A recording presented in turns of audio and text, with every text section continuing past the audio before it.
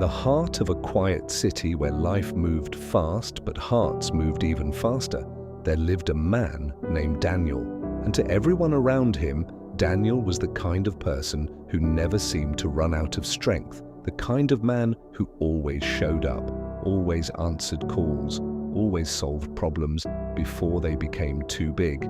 But what nobody noticed was that Daniel had slowly become a man who was everywhere for everyone except for himself. Every morning began the same way, his phone lighting up before his thoughts could even settle, messages waiting like small demands on his attention. "Daniel, please help. Daniel, can you handle this? Daniel, we know only you can fix it." And each time he responded without hesitation, not because he wasn't tired, but because deep down he believed something dangerous and quiet, that if he was needed, he would never be left alone.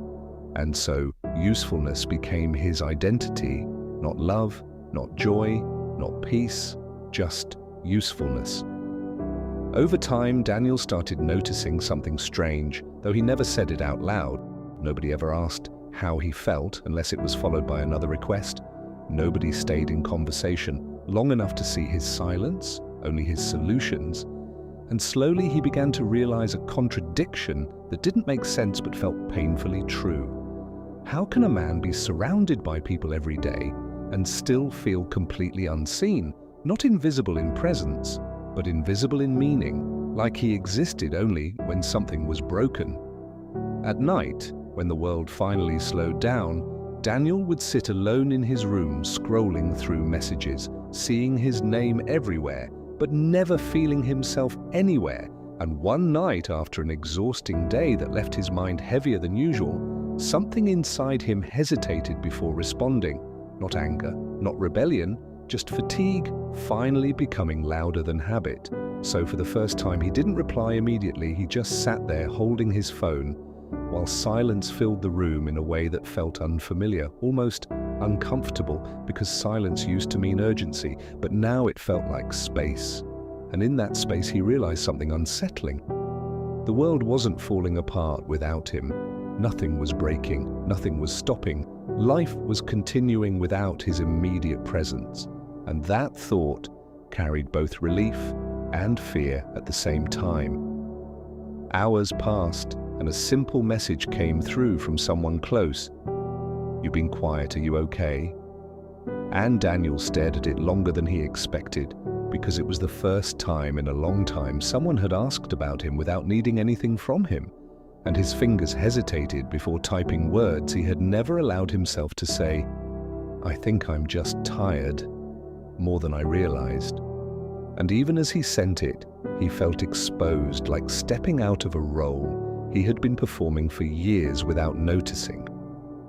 The reply came slowly, not dramatic, not emotional, just honest. "I didn't know. You never said anything." And that simple sentence hit harder than anything else, because it revealed the truth Daniel had avoided for years. People weren't necessarily ignoring him. They were responding to the version of him he kept showing them. The strong one, the available one, the one who never needed anything back. Days didn't change instantly, and life didn't suddenly become different. But Daniel began shifting in small ways that felt uncomfortable at first. He delayed replies, he said no without long explanations, he stopped rushing into every problem as if it defined his worth. And slowly he noticed something new. The world did not punish him for resting. Some people adjusted, some drifted away, and some stayed but with quieter expectations. And although that distance hurt in a way he couldn't fully explain, it also revealed something honest about human nature. That being needed is not the same as being known, and being useful is not the same as being loved. One evening, Daniel sat alone again, but this time the silence didn't feel like emptiness. It felt like truth. And for the first time he asked himself a question he had spent years avoiding. If I stop being useful, will I still matter? And there was no immediate answer, only a quiet realization forming slowly in his chest that maybe he had been living inside a role for so long that he forgot there was a person underneath it. And in that moment, Daniel began to understand a simple but heavy truth about life, that people may remember what you do for them, but they only truly know you when you stop performing and start existing.